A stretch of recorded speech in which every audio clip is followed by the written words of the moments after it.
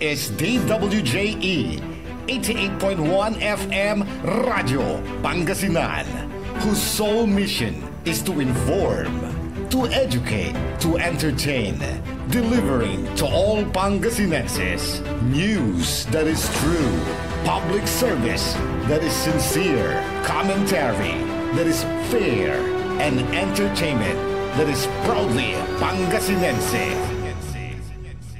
This is your DWJE 88.1 FM Radio Pangasinan, going beyond just being number one, working towards total domination. Jad Dagupan, walay saksakay ya radio station ya iyayag nasaray Dagupenyo. Jad Bunuan Binlo. Paborito. Bunuan Bukid. Paborito. Bunuan Gese. Paborito. Kalmay. Paborito. Karae. Paborito. Tanjad Karanglaan. Paborito. Aya, so 88.1 Radyo Pangasinan. Balita sa umaga. Musika walang sawa.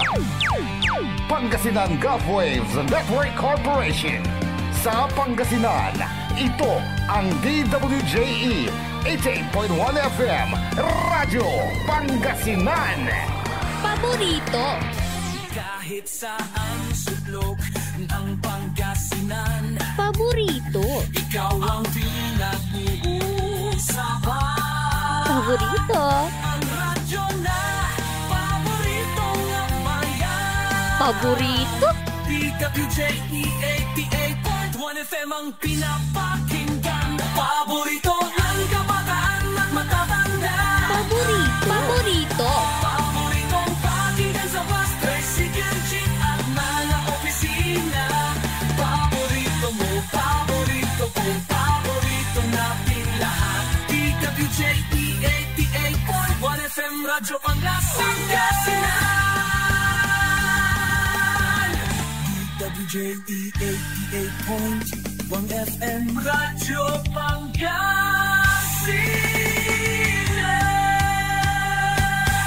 Paborito. Ang susunod na programa ay rated GP. GP? Ano yun? Garantisadong pampaborito! Narito na ang mga unang balita sa araw na ito. Radyo Pangasinan Balita. Be informed. Be the first to know. Radyo Pangasinan Balita. Mga balitang naganap at nangyari sa huling 24 oras sa loob at labas ng Pangasinan. Radyo Pangasinan Balita. Dito lamang sa DWJE 88.1 FM. Paborito! Good morning! Maabigyan ka basan at si kayo namin kapaborito. Agaw natin na Biyernes sa Hulyo 11, 2025. Welcome po muli sa Radyo Pangasinan Balita. At ngayon, sa ulo po ng ating mga balita. Sa ating balitang lokal, abandonadong bahay at 4 na motorsiklo na sunog. Radyo Pangasinan Balita. Sa ating balitang pambansa, 3 LPA o kay low pressure area binabantayan ng Pag-asa. Radyo Pangasinan Balita. Sa ating balitang pandaigdig, Hamas magpapalaya umano ng 10 bihag. Radyo Pangasinan Balita. Sa ating balitang sports, WBC welterweight champion Mario Barrios di umano maaawa kay Pacman. Radyo Pangasinan Balita. Sa ating balitang entertainment, ang Patricia Diaz ng Maynila tinanghal bilang Miss International Queen Philippines 2025. Radyo Pangasinan Balita. 9 na minuto makalipas ang alas 7 ng umaga at ngayon sa detalye po ng ating mga balita. Sa ating balitang lokal, isang abandonadong bahay at 4 na motorsiklo ang nasunog sa barangay Magallanes, Tayog, Pangasinan. Ayon sa pulisya, isang nagngangalang Dennis Cabobos, 39 anyos ang nakakita na nasusunog ang abandonadong bahay bandang 1:30 ng hapon. At sa mabilis na pagliyab ay nadamay din na nasunog ang 4 na motorsiklong nakaparke sa lugar. Tumagal ng 2 oras ang sunog bago na ideklara ang fire out. Sa ngayon ay nagpapatuloy pa ang investigasyon ng otoridad para malaman ang pinagmulan ng sunog at danyos ng natupok ng apoy. Radyo Pangasinan Balita. Samantala, isa pang sunog ang naganap. Ito naman ay sa may housing ng mga sundalo at pulis sa may Zone 3 Subdivision, Barangay Pedro T. Orata, Ordaneta City. Ayon sa pulisya, pasado alas 3 ng hapon nang magliyab ang apoy sa bahay na pag-aari ni Chris Franklin Malake, kung saan bago ang insidente ay nagluluto ito gamit ang improvised gas tank used motor oil.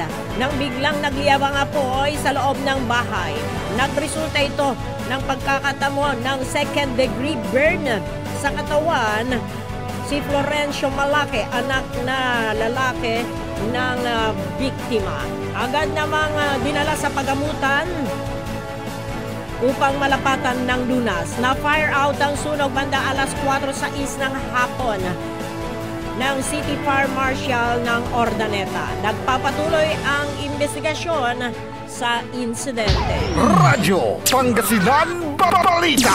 Isang kahangahangang pagpapakita naman ng malasakit at katapatan ang isinagawa o kay ginawa ng isang 41 anyos na lalaking residente ng Barangay Magsaysay, Alaminos City matapos itong kusang isinuko sa kanilang punong barangay ang isang pakete ng hinihinalang iligal na droga.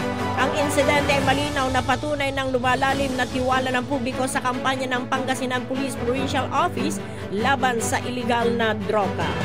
Dako alas 12:30 ng hapon ng Hulyo 8, 2025, isang punong barangay mula sa Barangay Magsaysay ang nagtungo sa istasyon ng pulisya upang isuko ang isang bukas na Chinese tea pack na naglalaman ng hinihinalang shabu na tinatayang may timbang na 501 grams at may standard drug price na humigit kumulang na 3,406,800 pesos.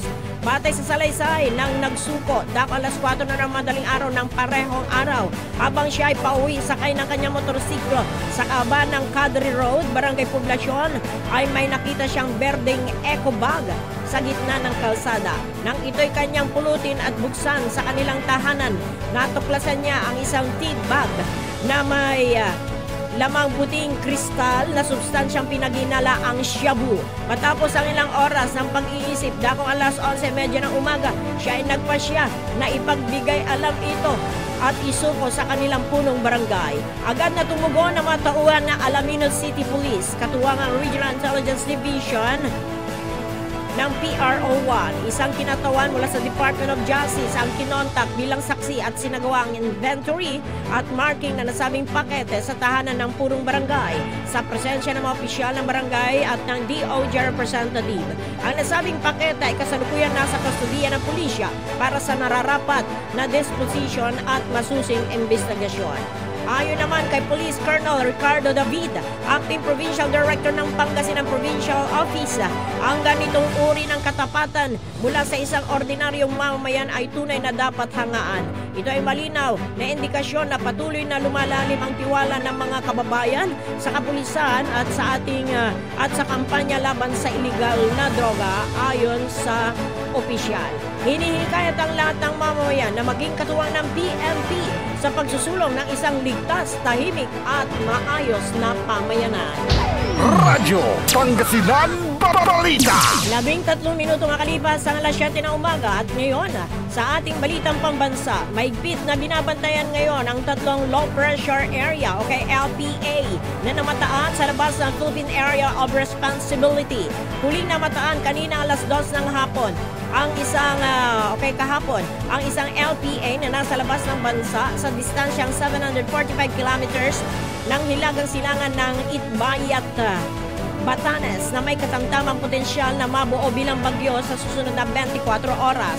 Habang ang isa pang LPA na nasa layong 2,105 km ng silangan na Extreme Northern Luzon ay may mataas na potensyal na maging bagyo sa susunod na 24 oras. Ang isa pang binabantay ng LPA na remnants ng Tropical Depression Dana o dating bagyong Bising na nasa 580 km kanluran.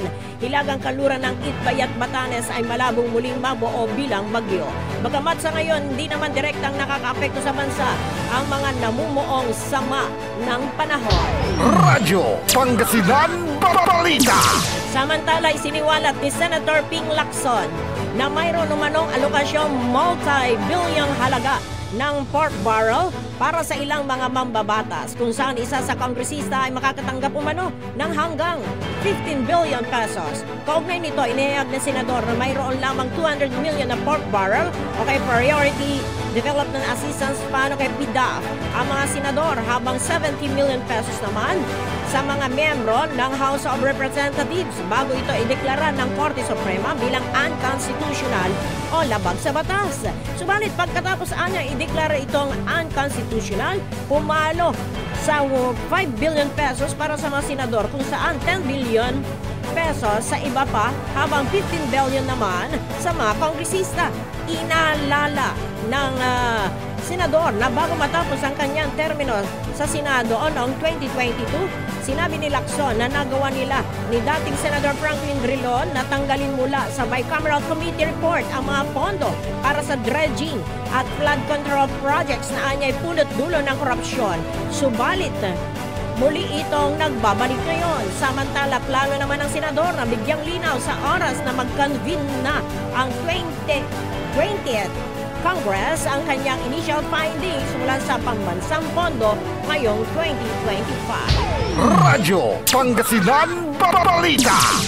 Binibirika pa naman ng National Disaster Risk Reduction and Management Council ang mga napaulat na nasawi sa Metro Manila dahil sa epekto ng habagat at nagdaang bagyong Bising na nagdala ng mga mabibigat na pag-ulan na nagdulot naman ng mga pagbaha sa ilang parte ng bansa sa mga nakalipas na araw. Nauna na napaulat na isang batang babae ang nasawi matapos matangay sa tubig baha sa kasagsagan ng kanilang paglikas sa Las Piñas City noong gabi ng Martes. Sa panibagong ulat naman mula sa ahensya, umakyat na sa 32,606 na pamilya o katumbas ng 103,274 na individual ang naapektuhan sa mga kalamidad mula sa 61 barangay sa NCR, Ilocos Region, Central Luzon at Cordillera Administrative Region o CAR. Sa kasalukuyan, ayon sa NDRRMC, nananatili sa mga evacuation center ang nasa 104 na pamilya o 419 na individual, habang mahigit na 1,000 na pamilya naman o kay mahigit 3,000 individual ang tinulungan sa labas na evacuation centers. Nakapagtala naman ang ahensya ng 16 na bahay na napinsala sa parte ng Region 3 kung saan 4 na kabahayan ang ganap na nasira, habang sa CAR naman ay 12 kabahayan ang bagyang nagtamo ng pinsala. Nagpapatuloy naman ang paglikom ng ahensya ng mga impormasyon sa kabuang pinsala na itala sa sektor ng infrastruktura at agrikultura na iniwan ng mga kalamidad. Radyo Pangasinan Balita. Naglunsad naman ng Department of Agriculture ng 2 araw na forum na layong hikayatin ang mga overseas Filipino workers sa Hong Kong at Macau na pumasok sa agribusiness bilang reintegration strategy pag-uwi nila sa Pilipinas. Ang usaping Agribiz Forum on Agribusiness Opportunities in the Philippines ay isinagawa noong June 28 sa Macau at June 29 sa Hong Kong na dinaluhan ng kabuang 214 participants. Bahagi ito ng mas malawak na advokasya ni President Bongbong Marcos Jr. na kilalanin ang mga OFW hindi lamang bilang economic contributors kundi bilang potensyal na tagapagtaguyod ng food security at rural development. Pinangunahan ito ni DA Assistant Secretary Genevieve Guevara kung saan ibinahagi niya ang suporta ng pamahalaan sa mga OFW na nais magsimula ng sariling negosyo sa agrikultura. Radyo Pangasinan Balita. 19 na minuto makalipas ang alas 7 na umaga at sa karagdagan pa po ng ating mga balita, makakatanggap na ng mas murang bigas ang mga benepisaryo ng Walang Gutom program ng Department of Social Welfare and Development sa ilalim ng bagong partnership kasama ang Department of Agriculture at ang kadiwa ng Pangulo. Sa ilalim ng inisyatibang tinawag na Benting Bigas, meron na sa WGP. Maaaring bumili ang mga benepisaryo ng bigas sa halagang 20 pesos kada kilo mula sa mga DA-accredited retailers at kadiwa outlets. Opisyal na ilinunsad ang programa sa isang food redemption activity sa Barangay Tondo, Manila nitong Huwebes, Hulyo 10. Ayon kay DSWD Secretary Rex Gatchalian, layunin nitong gawing abot kaya ang masustansyang pagkain para sa mga pamilyang pinaka-nangangailangan. Radyo Pangasinan Balita. Tiniyak naman ng National Capital Region Police Office ang pagpapatupad ng maximum tolerance sa idaraos na ika-4 na State of the Nation address o kaisona ni President Bongbong Marcos Jr. sa July 28. Dito tinitiyak nilang may papatupad ang maximum tolerance para matiyak ang mapayapang pagtitipon ng mga magpoprotesta sa mismong araw ng SONA. Mahigit 5,000 sa Civil Management Disturbance Personnel at karagdagang 681 standby personnel ang ide-deploy para sa ground control measures. Ayon kay NCRP o spokesperson Police Major Hazel Asilo, nakahanda na rin ang nasa mahigit na 15,000 na kapulisan sa riyon na i-deploy para tiyakin ang seguridad sa paggaganapan mismo ng SONA sa Batasan Complex sa mga rutang daraanan ng mga VIP sa mga lugar na itinalaga para sa mga magpoprotesta sa media zones at medical evacuation points. Ang ibang mga pulis naman ay tatalaga sa border control points, checkpoints, landing zones at advanced command posts. Radyo Pangasinan Balita. 21 minuto makalipas ang alas 7 na umaga at ngayon, sa detalye naman po ng ating balitang pandaigdig.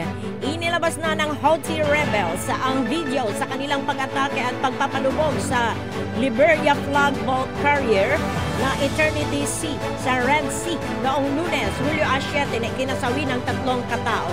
Makikita sa video ang mga inilunsad na missiles ng Houthis hanggang sa ilang serye ng pagsabog sa cargo ship na nagpalubog sa barko. Makikita din ang ilang armadong kalalakihang sumampa sa barko at ipinakita din ang mga pinsalang natamon ng cargo ship. May lulang 25 crew ang naturang cargo ship ng tamaan ng inilunsad na ballistic at cruise missiles ng Houthis na matinding puminsala sa barko.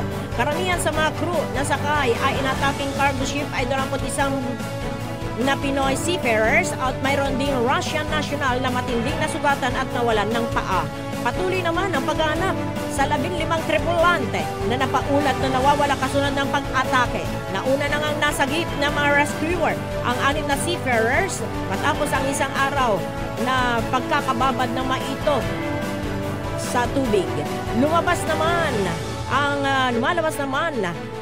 ang taliwas na maulat kaugnay sa kapalaran ng iba pang nakaligtas sa pag-atake. Sa panig ng US Embassy sa Yemen, sinabi nito na kinidnap ng Houthis ang ilang mga nakaligtas na crew members ng cargo ship. Subalit sa panig naman ng Houthis, nila umano nila ang mga ito sa hindi tukoy na bilang ng mga tripulante patungo sa isang ligtas na lugar. Radyo Pangasinan Balita. Samantala, inihayag ng grupong Hamas noong Miyerkules na pumayag itong magpalaya ng 10 bihag bilang bahagi ng nagpapatuloy na negosasyon para sa ceasefire sa Gaza. Ayon sa Hamas, nananatiling tough ang panig ng Israel kaya't nagiging mahirap ang pag-usad ng ceasefire. Ilan sa mga paunang issue na binuksan nito ay ang pagharang sa mga tulong sa Gaza, pag-atras na persang Israeli mula sa Gaza Strip at ang pagkakaroon ng garantiya para sa isang permanenteng tigil putukan. Radyo Pangasinan Balita. 24 na minuto makalipas ang alas 7 na umaga at ngayon sa detalye naman po ng ating balitang sports. Nangako si World Boxing Council welterweight champion Mario Barrios na hindi siya magpapakita ng awa kay 8th Division World Champion Manny Pacquiao sa nakadagdang bakbakan ng dalawa. Nangako si World Boxing Council na si welterweight champion Mario Barrios na wala siyang planong gawin ang nangyari noong nagharap sila ni Jake Paul at Mike Tyson, kung saan mistulang naawa ang bagitong boksingero laban sa boxing legend na si Tyson.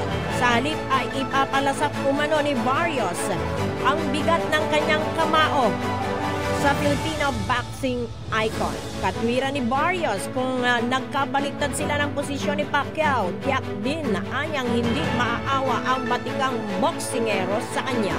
Nanindigan din ang welterweight champion na walang lugar ang awa sa pinasok na sports at handa umano siyang depensahan ang titulo sino man ang kanyang kakaharapin. Sa kasalukuyan ay 46 anyos na si Pacquiao, habang ang makakalabang boksingero ay 30 anyos pa lamang. Sa kabila ng pagiging mas veterano ni Pacquiao sa ibabaw ng ring, hawak ni Barrios ang ibang physical edge tulad ng pagiging mas matangkad at mas mahaba ang kamay. Nakatakda ang laban ng dalawa sa Hulyo 20. Radyo Pangasinan Balita. Samantala, kasalukuyang ngayon nagpapagaling ang dating Olympic wrestler at MMA fighter na si Ben Askren matapos sumailalim sa double lung transplant sa Wisconsin dahil sa matinding pneumonia. Sa isang Instagram video noong Miyerkules, isiniwalat ni Askren na halos wala siyang maalala mula sa mahigit na isang buwang pananatili sa hospital, kung saan huling bahagi ng Mayo hanggang unang linggo ng Hulyo. Ayon sa kanyang asawang si Annie, nauna niyang isinailalim sa ventilator noong June at inilista para sa transplant noong June 24. Sa loob ng 45 araw sa hospital, nabawasan ang timbang ni Askren ng halos 50 pounds. Ngunit anya, mas tumatak sa kanya ang dami ng pagmamahal na kanyang natatanggap. Maalalang naging 2 beses na naging NCAA champion at lumaban para sa US sa 2008 Olympics si Askren, na kilala rin sa MMA promotion tulad ng Bellator 1 Championship at UFC. Nagretiro si Askren mula sa MMA noong 2019 at bumalik saglit sa combat sports noong 2021 sa isang boxing match kontra kay Jake Paul. Radyo Pangasinan Balita. 27 minuto makalipas ang alas 7 na umaga at ngayon, sa detalye naman po ng ating balitang entertainment. Tinanghal bilang Miss International Queen Philippines 2025 si Ann Patricia Lorenzo Diaz ng Maynila. Namayagpag ang Trans Beauty Queen sa ilang mga kalahok sa Coronation Night na ginanap sa Mall of Asia Arena nitong madaling araw ng Huwebes. Magiging representative siya ng bansa sa Miss International Queen 2025 na gaganapin naman sa Pattaya, Thailand. Marami naman na mga fans ang hindi sang-ayon sa pagkakapili ni Diaz, kung saan nagsigawan sila sa labas ng arena na luto umano ang resulta. Radyo Pangasinan Balita. At sa ating huling balitang entertainment, tiniyak naman ni Kim Chu sa kanyang mga fans na siya ay ligtas matapos bumalik sa Maynila ang sinakyan ng Philippine Airlines flight papuntang Surigao del Sur noong Miyerkules dahil sa technical problem. Sa kanyang Instagram stories, sinabi ni Kim na ito ang kanyang nakakatakot na karanasan kung saan inalala niyang naghahanap pa siya ng upuang 11A, ang sinasabing safest seat ayon sa ilang ulat sa internet. Kaugnay na mga nakaligtas sa mga naunang plane crash. Ayon kay Kim, lumipad ang kanilang flight banda alas 5 ng umaga, ngunit ilang minuto lamang matapos ang take-off ay inanunsyo ng piloto na kailangan nilang bumalik ng Maynila. Agad na nagpanik umano si Kim. Subalit agad namang itong pinakalma. Dagdag pa nito na ang karanasang ito ay nagsilbing paalala na hindi dapat nagdudulot ng pag-alinlangan ang kaligtasan. Sa sumunod naman niyang post, ibinalita ni Kim na ligtas na silang nakarating sa Surigao del Sur kasama ang collab team na si Paolo Avellino upang dumalo sa isang event. Radyo Pangasinan Balita. 29 na minuto makalipas ang alas 7 ng umaga. Magbabalik ang Radyo Pangasinan Balita makalipas ang ilang paalala. Ang puta-putang Iran Balita. Sa mga pamilya ng mga nawawala na sa bungero, ipagdasal nyo lang ako at hindi niya kaya bayaran yung dignidad ko, ang pagkatao ko, dahil ang pinag-usapan dito, pamilya ko na. Ang puta-putang Iran Sonata. Hot shot, running in my non-stop 30. Son ang puta-putang Iran Impormasyon. Aya sa DWJE 88.1 FM Radyo Pangasinan. Paborito. Kapaborito, 7:30 na. Time check is brought to you by Anli Serbisyo Bunuan Gazette. Sa pag-unlad, disiplina at pagkakaisa ang kailangan. By Cap Noel Bumanlag. We want you well, cause we care. Here at WellCare Diagnostic Center. Deserve mo ng best care, kaya dito ka na sa WellCare Diagnostic We Center. want you well, cause we care. Here at WellCare Diagnostic Center. Visit WellCare Diagnostic Center, located at the Pandan Town Center, Mapandan, Pangasinan. For reliable and top-notch healthcare services, you deserve the best care. WellCare Diagnostic Center. Mare! Kabigla ka naman, Mare, ha? Grabe, gimagana ka ah. Mare, di mo sinabi na uwi ka pala ng San Carlos. Ay, oo. Namiss ko na kasi dito ang pamilya ko. Ito na palang San Carlos ngayon. Grabe, Mare. Ang laki na ng pinagbago. Siyempre naman, Mare, alam mo ba na dito sa syudad natin, malaki na talagang pagbabago. Mula sa mga infrastruktura, nandiyan na mga konkretong daan at mga bagong pasilidad. Wow! Meron din tayong trending na ayos, kalusugan karavan na nagbibigay ng libreng serbisyong medikal.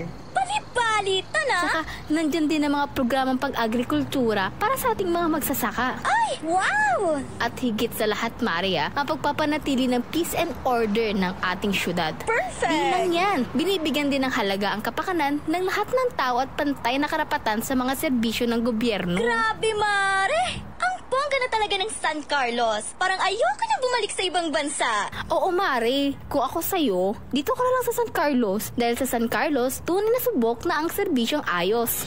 Mayor Julia Ayer Resuello po, kasama si Vice Mayor Jose Resbox Resuello at ang Sangguniang Panglungsod ay nandito upang umagapay at magserbisyo sa ating minamahal na syudad. San Carlos, maunlad, ligtas at maayos. Financial needs? Sagot ng First Choice Finance Corporation yan. They offers loans, collateral loan, auto loan, motorcycle loan, real estate loan, character loan, at marami pang iba. They are located at the second floor, GNM Building, number 86, Bunuan Gazette, Centro, Dagupan City. May branch din po sila sa Urdaneta City at Baguio City. First Choice Finance Corporation. For more information, you may contact 0995-756-9235, 0912-890-2422. 075-540-7591 or 0917-508-9188. First Choice Finance Corporation. Gusto mo bang maging healthy kapaborito at malayo sa iba't ibang sakit habang ikaw ay nagkakaedad? Ito na ang Elixir Placenta 3-in-1 Stem Cell Therapy, DNA at Anti-Inflammatory Therapy Food Supplements. Panlaban sa iba't ibang sakit tulad ng hypertension, diabetes, cancer, sakit sa bato at iba pa. Hindi mo na kailangan gumastos ng malaki para magpa-stem cell. DFA approved. For more information and orders, you may contact Miss Lo Ree 0916-229-4977 or 0917-474-4515. Elixir Placenta 3-in-1 Therapy. Celebration! Staycation with family or an intimate moment with your special one. Merong perfect na venue yan sa Mapandan. Cora's Manor and Garden. Magmalamay-ari ng mansyon at this magnificent enclave place here at Cora's Manor and Garden Carry out any occasion sa kanilang garden cafe or party at their poolside. Have a sing-along at their music room, relax at their room accommodation, or enjoy a private time with someone. Sa kanilang Cabana A, kung saan may private outdoor jacuzzi kayo in an enclosed place. Enjoy great food, warmly welcoming staff, exceptional accommodations, and relaxing scenery at Cora's Manor and Garden. Whatever it is, Cora's Manor and Garden is the perfect place to be. Visit them at Barangay Pias, Mapandan, Pangasinan, or call them at 0945-800-7074. Experience a special moment, how it should be at Cora's Manor and Garden. Get that beautiful makeover and hairstyle the way you want it. Visit Barber's Salon for Men and Women at Pax Building, J.L. de Guzman Street, Poblacion, Mangaldan, Pangasinan. Barber's Salon for Men and Women is open daily until 6:30 p.m. Feel confident, feel beautiful. Let Barber's Salon for Men and Women bring out the best in you with their well-experienced barbers and beauty experts. They also offer their original Barber's pomade and other beauty products for women. Book yourself now and call Barber's Salon for Men and Women at 0917-533-3552 or 075-656-4119. Walk in and walk out with pure confidence. Barber's Salon for Men and Women. Mas pinalakas, mas pinatindi, mas pakikinggan. Serving Pangasinan through music, news, and information. Ito ang DWJE 88.1 FM Radyo Pangasinan. Jad Dagupan, walay saksakay ya radio station ya iyayag nasaray Dagupenyo. Jad Bunuan Binlog. Paborito. Bunuan Bukid. Paborito.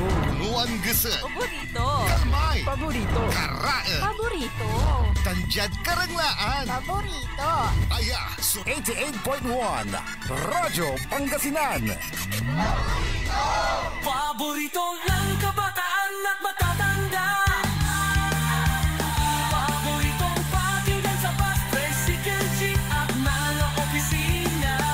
Paborito mo, paborito ko, paborito nating lahat. DWJE 88.1 FM Radyo Pangasinan. DWJE 88.1 FM Radyo Pangasinan.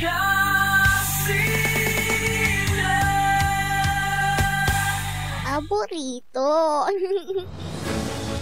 Alas 7:36 na po ang ating oras. Tuloy-tuloy pa rin po tayo sa ating programang Radyo Pangasinan Balita.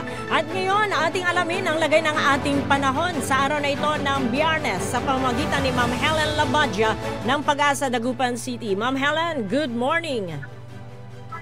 Good morning po sa ating lahat. Ngayon po, southwest monsoon pa rin na nakakapito sa ating bansa. Western Visayas, Negros Island Region, Palawan at Occidental Mindoro, makakaranas po yan ng occasional rain, puro po yan ng southwest monsoon. Sa Metro Manila, Mindanao, Bereso, Visayas, Batanes, Babuyan Island, Zambales, Bataan, Cavite at Batangas, maulap na papuwira, may kalagkal na pagulan at thunderstorm, durot din po yan ng southwest monsoon. At yung nalalabing bahagi ng Luzon ay partly cloudy to cloudy skies na may kalagkal na rain showers o thunderstorm, durot din po yan ng southwest monsoon. Wala po nakatas na gilwaning kaya likas po malatang malilit ang sinaking pagdagat. Mula dito sa pagkatutulog. Ma'am Helen, good morning po. Ma'am Helen, ma'am, kumusta po yung minomonitor na 3 LPA? Sa labas ng Isa na lang po ang na-record kanina, malayo po siya, hindi po siya nakaka-apekto sa ating bansa. Okay. Medyo malayo po siya kasi. Okay, yung dalawa wala na rin, nalusaw.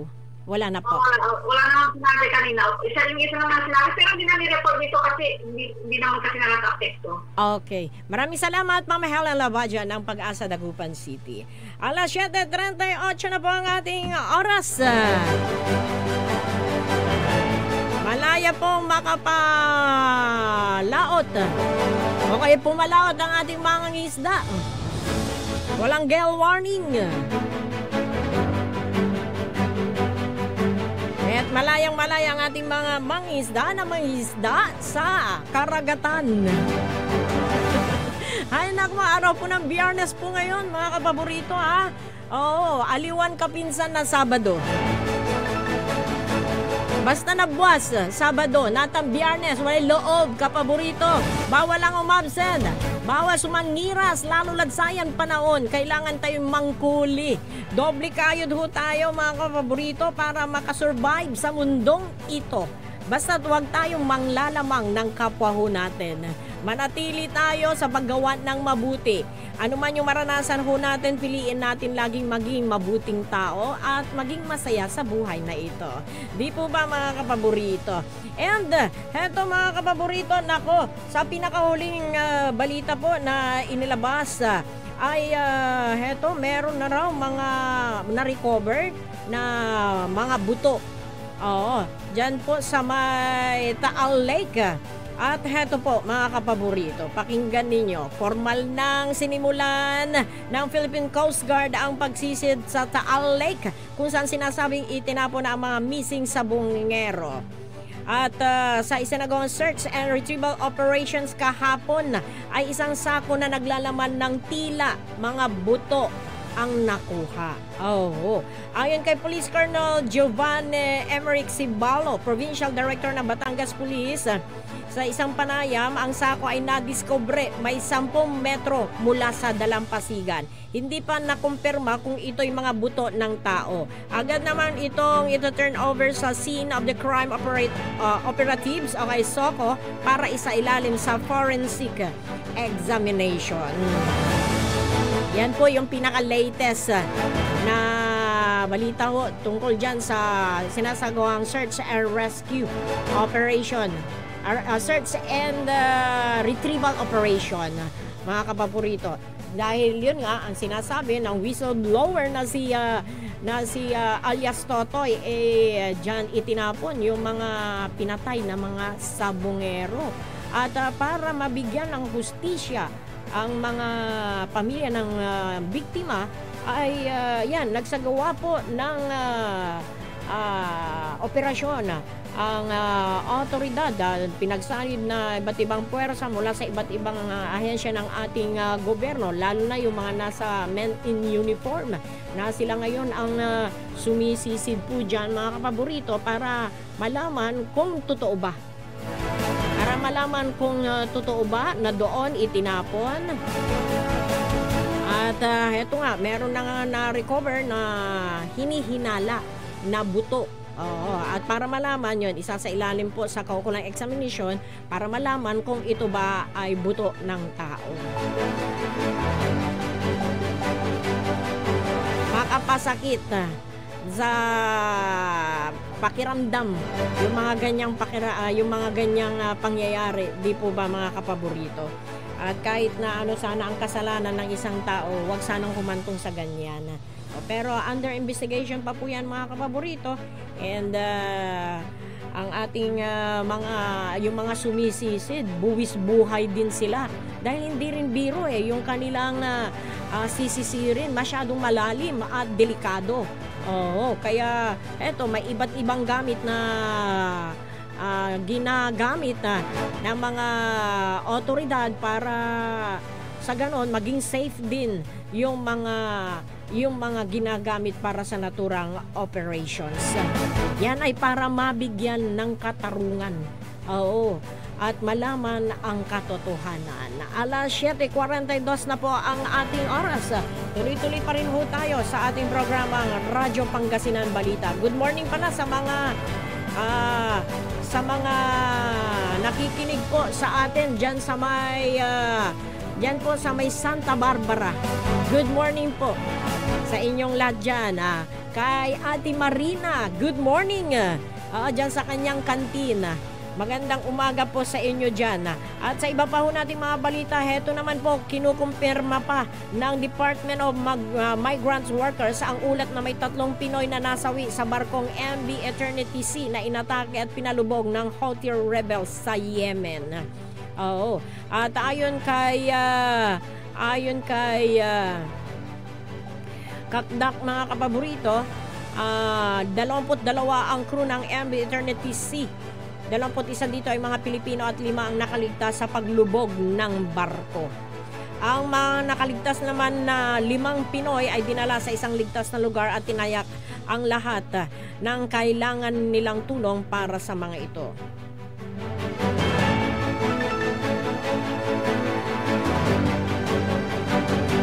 Samantala, heto naman kapaborito, nako.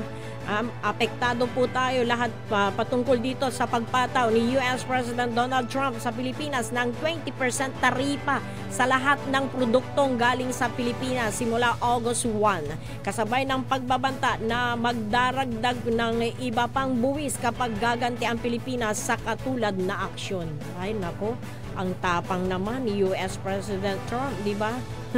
Ito ang nakasaad sa liham ni Trump kay Pangulong Ferdinand Bongbong Marcos Jr. na may petsang July 9 kasabay ng pagpapahayag ng pagkabahala at nagpahayag ng pagkabahala si Go sa hakbang ng US na magpataw ng 20% taripa sa Philippine export sa kabila na ito ang pangalawa sa pinakamababang reciprocal tariff na ipinataw ng US sa riyon. Pangalawa sa Singapore na 10%. Nangako naman si Go na patuloy ang kanilang pakikipagnegosasyon sa Amerika para ituloy ang bilateral comprehensive economic agreement kung posible. Nilinaw naman ng kalihim na hindi papatawan ng 20% taripa ang semiconductor at electronics, kundi ang papatawan lang ay ang mga ibang produkto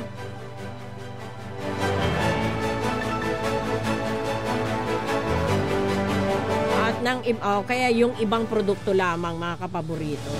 Naputol yung balita natin. Sus Ginoo. Pero heto mga kapaborito, meron naman tayo mga opisyal na nandyan na dapat tumasikaso. Sana nga magkaroon ng maayos na ugnayan pa rin na ang Amerika at ng Pilipinas. Bagay, lahat naman mga kapaborito ay napag-uusapan ng maayos. Maging kalmado lang ang bawat isa. Parang sa atin din mga kapaborito, di po ba? Kapag may problema, konting problema, dapat huwag idinadaan sa mainitang pagtatalo. Dapat kalmado ang lahat at maging malawak ang pangunawa para sa ikabubuti ng lahat. Samantala, heto pa po mga kapaborito ang mga maiinit pa pong balita sa araw na ito. Nagkakaisa at nanawagan naman ang mga lisensyadong online gaming operator na mahigpit na pagtutol sa isinusulong na pagpapatupad ng total ban ng online gaming sa bansa. Sa isang pahayag na nindigan naman ito kasama ang Philippine Amusement and Gaming Corporation o kay PAGCOR at mga mambabatas sa pagsasabing hindi ang total ban sa online gambling ang solusyon sa problema, kundi ang paglikha ng mas maigpit at matalinong regulasyon upang matiyak ang kaligtasan ng mga Pilipinong manlalaro at mapanatili ang pag-usbong ng ekonomiya ng bansa. Nagbabala rin sila na ang ganap na pagbabaw sa online gaming ay hindi magiging epektibo sa pagpibil sa mga Pilipino sa paglalaro, bagkos ay lalo lamang nitong itinutulak ang milyong Pilipino sa black market at higit pang mamamayagpag ang illegal operators. Binigyang diin din nila na ang bawat pisong ginugugol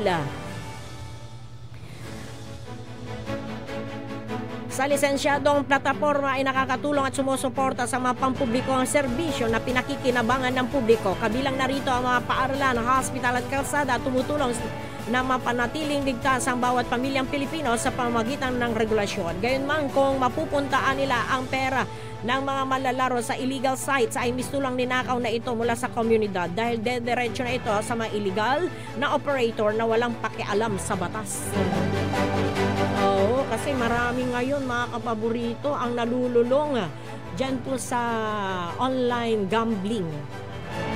Oo, nako, sus Ginoo manggod, meron akong mga kilala, wala nang ginawa. Kahit na yung huling pera na nga niya pambili ng pagkain, itinaya pa, isinapalaran. Pero yun nga, natalo. Sa sugal kasi, may nananalo, pero lahat dyan talo. Yung bangka lang ang nananalo dyan. Sa tingin ko mga kapaborito. Pero yung sinasabi naman na total ban na yan, talagang hindi maiwasan na hindi tututol yung ibang mga opisyal ho natin ng gobyerno. Bakit kanyo? Diyan malaki nakakakuha ng buwis ang ating gobyerno. At tama yung sinabi na diyan nagmumula yung iba nagmumula dyan para sa mga project sa paaralan, pagpapatayo ng mga eskwelahan at ng iba pang proyekto ng ating gobyerno na ito ay pakikinabangan naman ng ating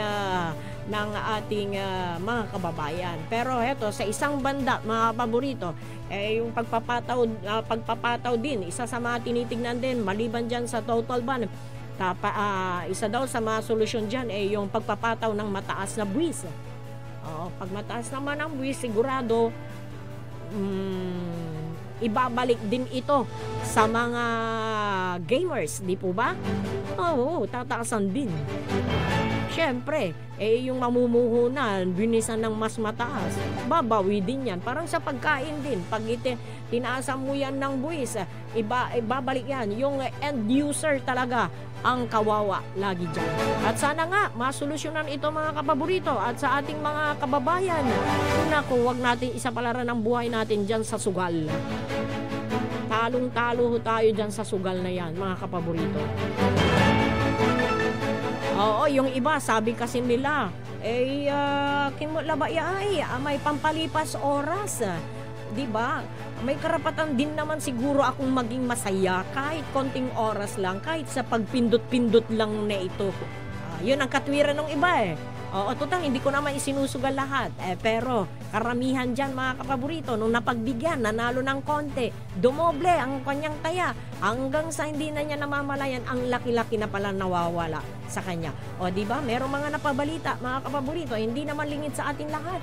Inubos, naubos, pati pera, pati puhunan, nawala dahil dyan sa sugal.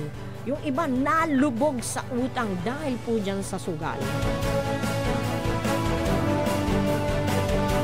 Kaya mga kapaborito, maging matalino po sana ang bawat sa atin. Ito po ay isang reminder lang po mga kapaborito.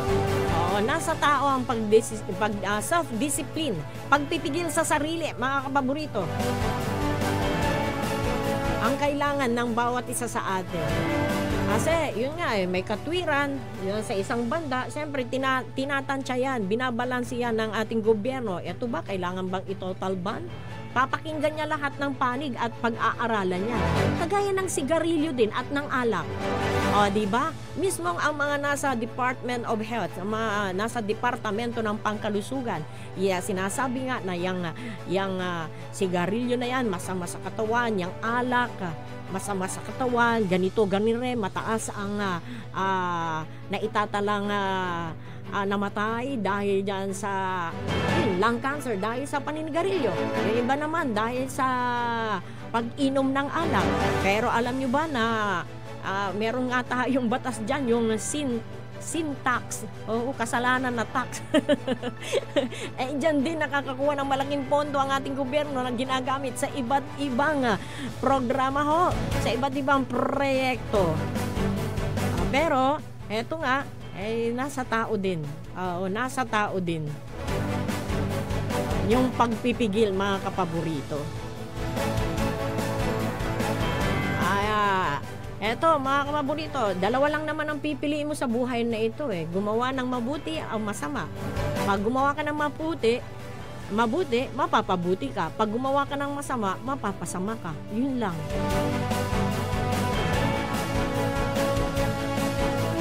Marami na rin ginawang kampanya dyan tungkol dyan sa sigarilyo, pati sa kaha nga di ba? May mga drawing doon na kung ano ang sakit na makukuha mo, pero bakit nagugustuhan pa rin? At bakit lalong lumala ang gumagamit ng paninigarilyo? Pabata ng pabata ang mga naninigarilyo di po ba mga kapaborito? Maging yan sa alak nandyan din. May nilagay din yan bilang paalala, drink moderately, kantulante. Pero yung iba, laklak. Laklak ang ginawa. Anggad agala makaakar, kukurong lakalamur. Kukurong la dalin. Tanto sobraan to. walang pagpipigil. Kulang sa pagpipigil. Kailangan may pagpipigil, mga kapaborito. Lahat ng sobra masama, lahat ng kulang naman masama. Sa pagkain yan. Oh. Ay nako, alas 7:54 na po ang ating oras. Eto naman, mga kapaborito, ang isa pang sinusubaybayan ngayon, ating naantabayanan, etong nalalapit na laban muli sa ring ni Pacman. Sa July 20 na gaganapin ito, mga kapaborito. At makakalaban nga ng ating pambansang kamao na si Pacman, si WBC welterweight champion Mario Barrios. Pero grabe mo, so iniba ng tong salita. Yun sa balita tayo na ni Man. Sabi niya, hindi ako maaawa kanto. Hindi raw siya magpapakita ng awa. Dahil syempre, paglalaban niya yung kanyang trono. Ang tugamaya si Kato nasalatan. Oo naman, kahit sino namang sumama dyan sa sumali dyan sa sports, lahat yan gustong manalo. Wala namang nagsabi dyan na, mampatalo alang-alang sa kanya. Walang ganon. Naaawa ako sa kanya kaya magpapatalo ako. Walang ganon. Lahat yan gustong manalo. At sigurado, yun din ang nasa damdamin din ng ating pambansang kamao na si Pacman. Ano ka, siniswerte kung siguro. Kung ayaw mong maawa sa akin, untan mo't adyak. Ang gapoy, agapmat na, sa Pangasinan? Tulad Pangasinan may maawa. Taga Pangasinan, pero aliwanan ko. Wala din akong awa. Siguro, suwala di isip nun Pacman, Oo naman, siguradong ganun, mga kapaborito. At ang isa po ay inaalala nga dahil itong si Barrios, mga kapaborito, ay bata pa, 30 years old pa lang. Si Manny Pacquiao, sabi ng mga ibang expert 46 tula. Kumbaga dyan Pangasinan, masikalay Pacquiao, kanda. Ang laban to sa tayo ugaw Pero sa akin naman, mga kapaborito, share ko lang. Wag nating husgahan. Yung mga matatanda. Ang tumatanda lang edad. Para sa akin, At hindi porket bata, mananalo na. Hindi ganun. Kaya nga, iba yung pagsasana yung kanilang ginagawa 'Di ba? Dahil ang gusto ng isa't isa mananalo. Kagaya ni Barrios, gusto niya manalo katong grabe anta tumalay teknik ng Manny Pacquiao, ta sigurado babantayan ton amin may laban ng Pacquiao, tapi mangkaarap-ira lamat. Syempre ken anta tulegawan to. Pero sa ating kababayan naman na si Manny Pacquiao ay agtimutan aggamutan mampatalo Syempre, alam nyo ba na noon tuwing laban ni Manny Pacquiao, di ba? Nagiging zero yung zero case, yun? Walang naitatalang krimen. Sa mga oras na lumalaban sa ring, si Pacman, bakit? Nakatutok lahat. Nakatutok yung mga otoridad natin, maging yung mga kriminal. Nakatutok din. Kaya zero yung crime natin. Sa tuwing may laban si Manny Pacquiao. At wala ding traffic pagdating sa mga oras na yun na may laban si Manny Pacquiao kasi nakatutok. Lalo na ngayon, di ba? 4 years, kung hindi tayo nagkakamali, 4 years na walang laban, hindi lumaban sa ring si Manny Pacquiao. At ang alam ng lahat tuluyan na siyang magre-retiro. Pero heto balik ring siya di po ba, mga kapaborito? Bagay, ag tayo napigil, tagabay tumalanting, gano si gabay darang may arom, babagadalante, agay mo lang yung Manny Pacquiao, yaman la. Wala lang si katun amin, atin laban ni duga lamang kung may exit to, kwanda. Pero yung iba naman, no tagabay tumalanti, ang tinagawa nyo kwanda sirin mo ta. Wala, syempre, hanggang sikat tayo, di gabay tayo mo, nang lalamot sulaban ng Manny Pacquiao. Kung manalo, Oo, syempre lahat tayo gusto nating manalo yung kababayan natin, di po ba? Oo. Alangamot, yung panig tayo sa may ag tayo kabaluyan ay, di ba? Oo. At yun nga, pag nanalo, tibay. Tibay, kung gaano masikil na. Pero naatalo, sigurado sa ibaga damat, kasi matakil na kanda. Umanlaba la. Di ba, kapaborito? Okay, no choice na po tayo, mga kapaborito. 1 minuto na lamang po bago mag-alas 8 ng umaga. Pansamantala, magpapaalam na po ang Radyo Pangasinan Balita. Maraming salamat po, mga kapaborito, sa walang sawang pagsubaybay sa ating programa. Nakasama po natin sa ating technical side si Engineer Nixon Dakal. Ang tabayanan po, ang Likna ay Balay. Makakasama niyo po si kapaborito Joseph Bacani at kapaborito RJ Jimenez.